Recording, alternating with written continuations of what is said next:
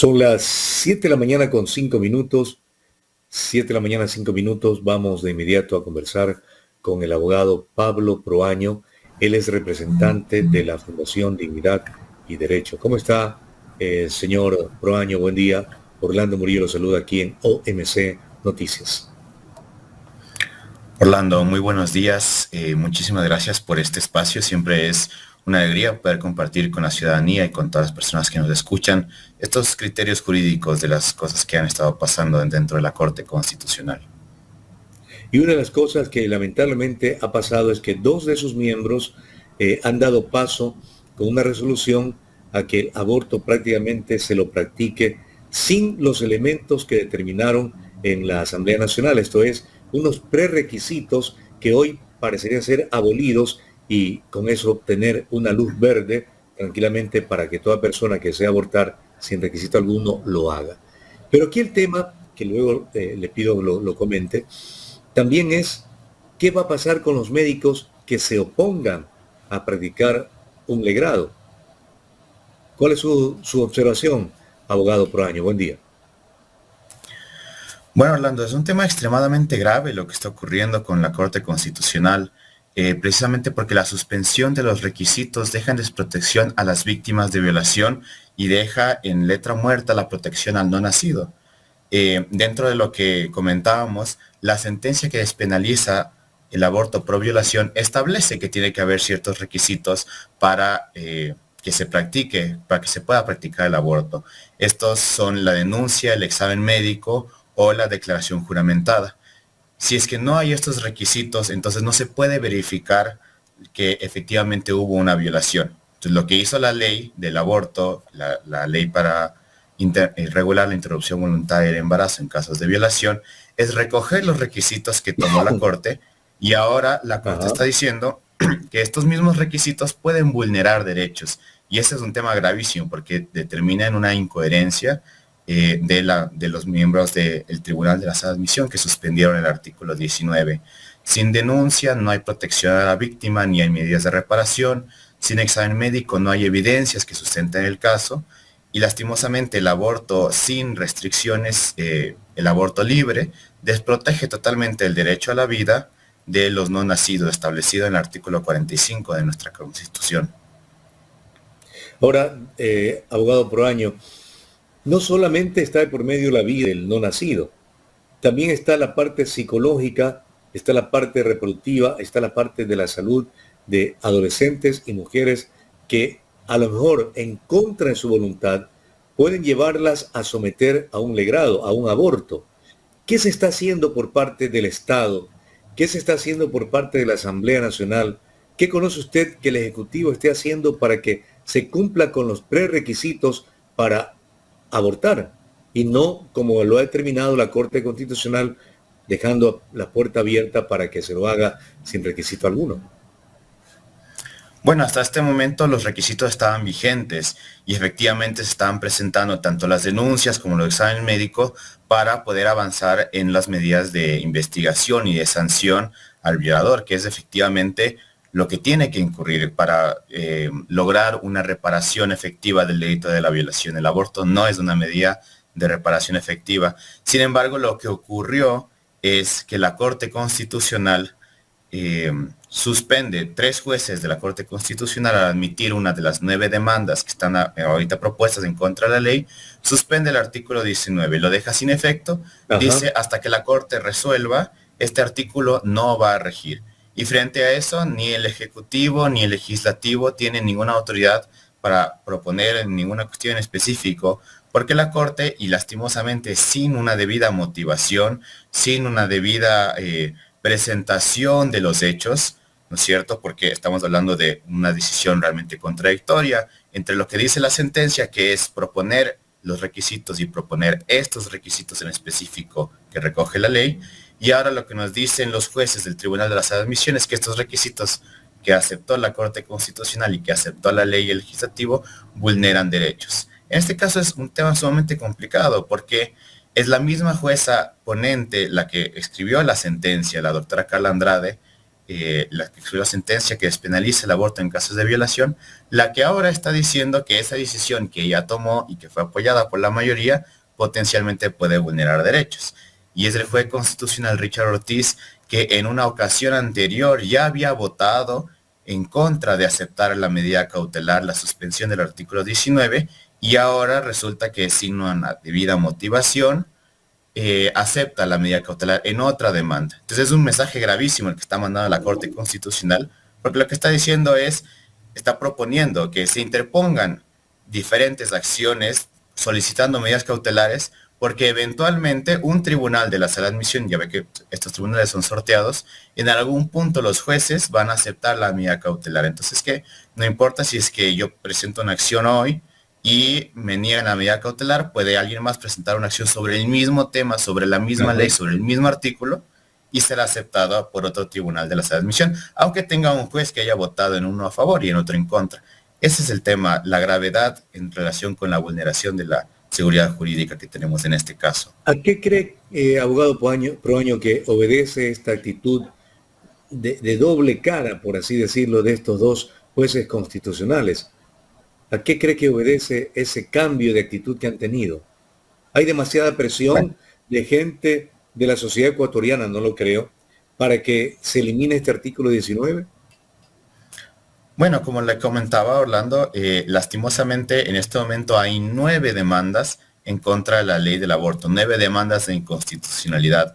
Diferentes colectivos, diferentes grupos están realmente arremetiendo contra esta ley, arremetiendo contra los requisitos, la temporalidad, la objeción de conciencia que trataremos en unos minutos más. Y desde Digna Derecho nosotros estamos comprometidos con la defensa no solo de la vida, sino también del Estado democrático. Como usted decía, los jueces no pueden entonces resolver en base a sus convicciones personales. Ellos tienen que resolver en base al derecho. Si es que yo tengo una situación A y una norma B, la solución va a ser siempre C. Entonces, en este caso, tuvimos ya esta propuesta de que se suspenda el artículo 19, no se aceptó, y ahora con otra demanda, entonces ahora sí se está aceptando. Es el mismo supuesto, la misma ley, la misma norma la que se impugna, pero en cambio pues se modifica la decisión sin una debida motivación. Y eso sí es un problema, porque desde Digna Derecho nosotros no podemos permitir que ocurra una arbitrariedad judicial, que no haya imparcialidad judicial en estos procesos tan delicados, y no se puede entonces mandar el mensaje de que se puede interponer medidas cautelares, cuantas medidas cautelares sean necesarias hasta obtener un resultado favorable. Mire usted que los ecuatorianos creíamos que uno de los entes del Estado, como es la Corte Constitucional, era el más equilibrado por sus resoluciones que se han dado debidamente motivadas. Pero esta situación que se contrapone a lo resuelto anteriormente deja entrever que allí hay una contradicción en sí mismo, y eso lo hace ya un ente poco confiable, sobre todo cuando está de por medio la vida. ¿Y qué está ocurriendo? ¿Qué podría pasar, abogado Proaño, con aquellos médicos que, como por ejemplo la doctora María de Lourdes González, ginecóloga uruguaya, que su proyecto de vida se vio truncado cuando fue obligada a realizar abortos, atropellando así su fe, sus creencias? ¿Qué puede pasar con los médicos ecuatorianos que así también se opongan a efectuar un legrado, a practicar un aborto, abogado Proaño? Muchas gracias, Orlando. Bueno, este es un tema súper interesante y que requiere mucho análisis porque a nivel regional, estoy hablando de países como Uruguay, Argentina, Chile, somos de los pocos países que tienen el derecho a la objeción de conciencia en una cláusula constitucional. Somos de los pocos países que lo tiene en la Constitución. Nosotros lo tenemos en el 66.12. Y en la experiencia que hemos visto de otros países donde ha avanzado la legalización del aborto y se han abierto las puertas cada vez más a un aborto irrestricto, hemos visto que los que también sufren una reprimenda en este tema son los médicos que se ponen a practicar el aborto. Es un tema gravísimo porque en un Estado de Derecho todos tenemos la obligación de respetar a quien piensa diferente, a quien actúa diferente, y el Estado no puede obligar a un particular a actuar en contra de sus convicciones personales. Lastimosamente, como le digo, a nivel regional hemos visto que sí ha habido el reconocimiento de la objeción de conciencia, del derecho a la objeción de conciencia como una amenaza, como un privilegio que tiene que ser erradicado. Y eso es precisamente lo que no podemos permitir que pase en nuestro país. Primero, por ser un derecho constitucional, es un derecho humano, está instituido en diferentes tratados internacionales de derechos humanos, así como el derecho a la vida, así como el derecho a la libertad de expresión, de llevar la sexualidad, el derecho de los padres de educar a los hijos, etcétera. Y en este caso, la ley del aborto está ofreciendo un adecuado marco regulatorio para lo que es el ejercicio del derecho a la objeción de conciencia. No había un marco regulatorio anterior. Y en este marco tenemos un tema importante que no se afecta a las víctimas de violación. El ejercicio del derecho a la objeción de conciencia no vulnera el derecho de las víctimas, porque existe algo que la ley llama el deber de derivación. Y es que cuando un médico del sistema público de salud recibe a una persona que quiere practicarse el aborto y este médico ha ejercido su derecho a la objeción de conciencia de forma ordenada, conforme a la ley, entonces él puede derivar a la víctima a otro profesional de la salud que le pueda practicar el aborto, y así ni el derecho de la víctima se ve vulnerado, ni su propio derecho se ve vulnerado porque nadie lo está obligando a practicar un aborto. Entonces, y esto es extremadamente importante. ¿Qué debe hacer un médico en el caso de que pretenda ser obligado a la práctica de un aborto en contra de su voluntad? ¿Dónde acudir? ¿Qué tiene que hacer? Porque es una resolución que hay que tomarla de forma inmediata. ¿Qué mecanismos legales, qué mecanismos prácticos tiene un médico que no quiera practicar un legrado? Mire, afortunadamente la ley es bastante amigable en este sentido y permite que el médico, con la sola presentación de una notificación a su superior, al director de la institución de salud a la que pertenece, él inmediatamente ya queda exento de la obligación de practicar abortos. Esta notificación es una notificación simple, basta con que esté dirigida al director de la institución y no tiene que estar motivada tampoco porque tenemos el derecho constitucional a guardar la reserva sobre las comisiones personales. Otro mecanismo que permite también la ley es que se pueda modificar. Entonces, un médico que ayer practicó un aborto, pero cambió ¿cómo decirlo? Su filosofía respecto de la vida, respecto de el aborto, lo que sea, puede también interponer entonces esta notificación. Y eso es extremadamente importante. Le cuento, Orlando, que nosotros en Dignidad y Derecho hemos trabajado arduamente por mantener este derecho protegido dentro del sistema médico, y por eso también nosotros tenemos una plataforma que se llama objeciondeconciencia.com, en la que cualquier médico, cualquier personal de salud puede ingresar gratuitamente y encontrar paso por paso cuáles son los requisitos, cuáles son los mecanismos que tiene que hacer para poder ejercer su derecho, y también para ponerse en contacto con nosotros en el caso de que tenga necesidad de una asesoría legal. Entonces, esto es muy importante que se difunda más, que se conozca más. El derecho a la objeción de conciencia tiene que ser un derecho que fácilmente se puede ejercer. Entonces, con una simple notificación al superior, al director del centro de salud, puede el médico que no desea practicar un aborto estar exento de esta obligación. Y en cualquier momento que necesite o que requiera una asesoría legal más profunda, o que se vulnere su derecho a la objeción de conciencia, porque habiendo presentado su notificación ha recibido sanciones o reprimendas o simplemente no se la han querido recibir, puede acudir a la página objeciondeconciencia.com y en Dignidad y Derecho podremos brindarle la asesoría legal que requiere.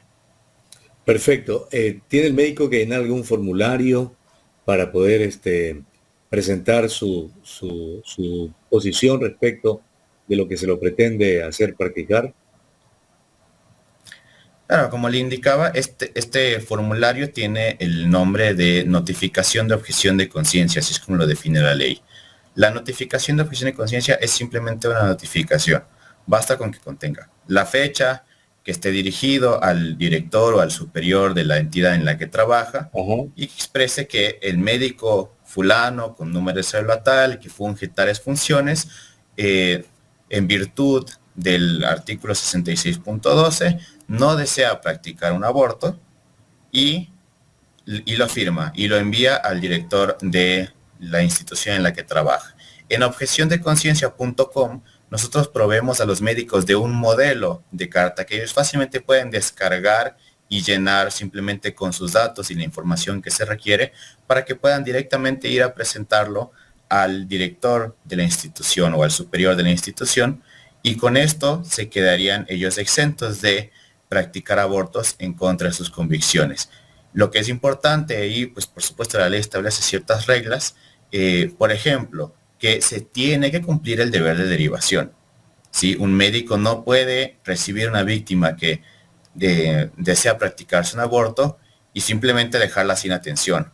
Otra cosa que es interesante es que el médico solo estaría exento de la práctica del aborto, pero tiene que cumplir con los protocolos de brindar la información necesaria y también con los protocolos de cuidado posterior al aborto. Entonces el médico simplemente estaría exento de el momento de realizar el aborto, el médico y el personal de salud.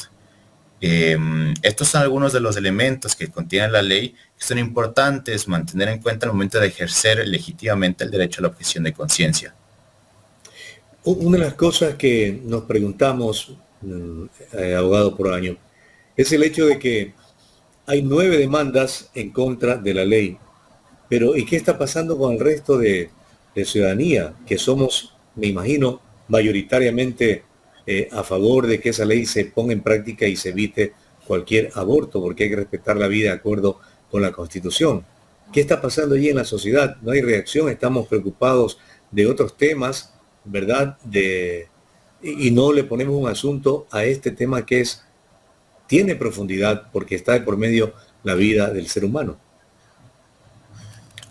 Bueno, en nuestra experiencia, ese trabajo, nosotros llevamos un año dando seguimiento desde la sentencia de la Corte Constitucional, la presentación de un proyecto de ley alternativo ante la Asamblea, luego pues el informe de mayoría y minoría que fue presentado, precisamente el veto parcial del presidente y ahora la cuestión que se dirime dentro de la Corte Constitucional. Sí hemos visto que hace mucha falta que la ciudadanía conozca sobre estos temas y que pueda pronunciarse, especialmente porque a nivel legislativo ya hubo unos intentos anteriores de la despenalización del aborto, tanto cuando se estaba haciendo unas reformas al COIP, como cuando se estaba instalando el nuevo Código de la Salud, hace varios años ya, y a través del legislativo no fue posible entonces que se incorporen estos cambios a la legislación que acepten el aborto en casos de violación. Es por ello que hay grupos y hay activistas que, comprometidos con sus propias causas, han llevado este tema a la Corte Constitucional. Y siendo la Corte Constitucional un órgano con tanto poder y con tan poco control de su propio poder y de sus propias acciones, porque recordemos que ellos no están sujetos a juicio político, ni tienen que rendir cuentas a otra institución pública, a través de la Corte Constitucional en la cual se establecen pues estas cuestiones, y en ese momento no hubo la suficiente representatividad, no hubo la suficiente manifestación de la sociedad civil, y es algo que lastimosamente ha estado pasando también en Colombia, en México. Vemos cómo sistemáticamente a través de la región muchos de estos cambios que no entran a través de la legislación comienzan a ingresar a través de la Corte Constitucional. Y está muy claro, porque en este momento nosotros hemos visto que de las 10 demandas que hay en contra de la ley, una demanda es de un colectivo pro vida, diciendo que la ley no debería estar porque vulnera el artículo 45, y las 9 otras demandas son todas que intentan abrir las posibilidades del aborto. O sea, digamos, romper todas estas cuestiones que se han dado para proteger no solo al no nacido, sino en el fondo también a las víctimas de violación, y instaurar un poco el aborto libre. Y lastimosamente dentro de la misma Corte también hay jueces que se han pronunciado anteriormente al respecto de su simpatía con el aborto libre, y de parte de la sociedad civil pues ha faltado mucho esta coordinación, ha faltado mucho esta difusión de información. Nosotros en Dignidad y Derecho tenemos la fortuna de poder estar liderando todo lo que implica la estrategia de presentación ante la Corte. Hemos podido traer expertos de Inglaterra, de Estados Unidos, de Uruguay, de Chile, para que presenten sus objeciones y llamen la atención a la gente de decir, el aborto no va a ser necesariamente la primera ni la única solución a los delitos de violación. Bien, abogado Pablo Proaño, le agradezco por su comparecencia aquí en OMC Noticias y hablar preciso y claro respecto de este tema y cómo las organizaciones vienen de alguna forma procurando que se respete lo ya resuelto. Lo lamentable es que la Corte Constitucional, que es el máximo organismo donde se debe proceder en función de la Constitución, está tratando de alterar esta situación, pero nos mantendremos vigilantes como comunicadores y como sociedad civil. Gracias, lo dejo con su saludo de despedida, abogado Pablo Proaño. Muchas gracias, Orlando. Gracias por este espacio. Yo creo que es fundamental que dentro de los medios de comunicación y de la sociedad civil se hablen estos temas, se pueda socializar lo que está pasando dentro de la Corte Constitucional con jueces que no motivan sus decisiones o que ya tienen una decisión tomada antes. Y también el tema de la objeción de conciencia, que es extremadamente importante protegerlo y mantenerlo dentro del marco de la constitucionalidad. Con esto simplemente quiero recordar a todos los médicos, a toda la ciudadanía que nos está escuchando, que pueden visitar nuestra página web dignidadyderecho.org, o si desean directamente toda la asesoría legal que se refiere a la objeción de conciencia, en objeciondeconciencia.com. Ahí, desde Dignidad y Derecho, podemos estarlos apoyando en todas las consultas legales que se necesiten respecto de este importante derecho. Orlando, muchísimas gracias por el espacio y pues estaremos en contacto. Es un honor muy grande poder compartir micrófonos contigo. Gracias, gracias también a la Fundación Dignidad y Derecho y gracias también a la doctora María Lourdes, que nos facilita también estos diálogos con quienes son parte de esta importante Fundación Dignidad y Derecho que busca justamente preservar la vida, porque es lo más digno del ser humano, sin duda, defenderla.